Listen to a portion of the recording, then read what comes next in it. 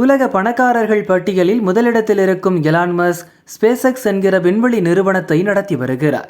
அமெரிக்க விண்வெளி ஆய்வு நிறுவனமான நாசாவுக்கு இணையாக ஸ்பேஸ்எக்ஸ் நிறுவனத்திடம் தொழில்நுட்பங்கள் உள்ளது.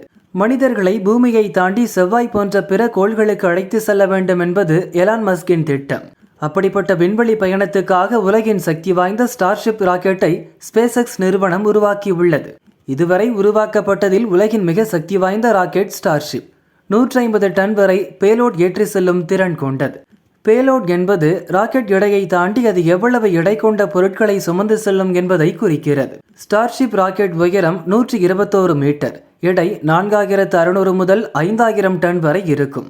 இதில் மேல் பகுதியில் உள்ள ஸ்டார்ஷிப் விண்கலத்தின் உயரம் 50 மீட்டர், எடை 1200 டன்.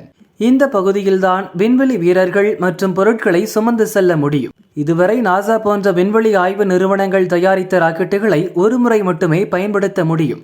ஆனால் ஸ்டார்ஷிப் ராக்கெட்டை மீண்டும் பயன்படுத்தக்கூடிய வகையில் வடிவமைத்து ஸ்பேஸ்எக்ஸ் சாதனை படைத்துள்ளது. சூப்பர் ஹெவி பூஸ்டர் எனப்படும் ராக்கெட்டின் உந்து விசை அமைப்பை ராக்கெட் ஏவப்பட்டதும் மீண்டும் பூமிக்கு கொண்டு வந்து இன்னொரு ராக்கெட்டில் பயன்படுத்தலாம். விண்ணில் ஏவப்பட்ட சில நிமிடங்களில் இந்த பகுதி ஸ்டார்ஷிப் விண்கலத்திலிருந்து பிரிந்து பூமிக்கு திரும்பிவிடும். திரும்பிய ராக்கெட் பூஸ்டரை மெகாசிலா எனப்படும் மிகப்பெரிய ஏவுதள அமைப்பு தனது பிரம்மாண்ட இயந்திர கைகளால் கச்சிதமாக பிடிக்கும். இந்த தொழில்நுட்பத்தால் ராக்கெட் உருவாக்கும் செலவு பெருமளவில் குறையும். கோள்களுக்கிடையில் பயணிக்கும் அளவுக்கு சக்தி வாய்ந்த ராக்கெட்டுகளை உருவாக்க முடியும். இப்படிப்பட்ட திறன் கொண்ட ஸ்டார்ஷிப் ராக்கெட் சோதனையை இதற்கு முன் ஸ்பேஸ்எக்ஸ் 6 முறை நடத்தியிருக்கிறது. இப்போது 7வது முறையாக ஸ்டார்ஷிப் ராக்கெட் அமெரிக்காவின் டெக்சாஸ் மாகாணத்தில் உள்ள ஏவுதளத்திலிருந்து விண்ணில் ஏவப்பட்டது. எதிர்பார்த்தது போலவே சிறிது நேரத்தில் ராக்கெட் 2ஆக பிரிந்து பூஸ்டர் பகுதி மட்டும் பூமியை நோக்கி செங்குத்தாக கீழே இறங்க தொடங்கியது. ஆனால் அதன் பிறகு 8வது நிமிடத்தில் ஸ்டார்ஷிப்பின் தொடர்பு துண்டிக்கப்பட்டது. அது கரீபியன் கடல் பகுதியில் வெடித்து சிதறி விழுந்தது. இதனை தோல்வியாக பார்க்கவில்லை. இதுபோன்ற சோதனையின் மூலம் இன்னும் கற்றுக்கொள்ள முடியும். ஸ்டார்ஷிப் மீதான நம்பகத்தன்மையை அதிகரிக்க இந்த பூஸ்டர் நமக்கு உதவிகரமாக இருக்கும் என ஸ்பேஸ்எக்ஸ் நிறுவனம் தெரிவித்துள்ளது. அனைத்து தரவுகளையும் முழுமையாக ஆய்வு செய்ய வேண்டும்.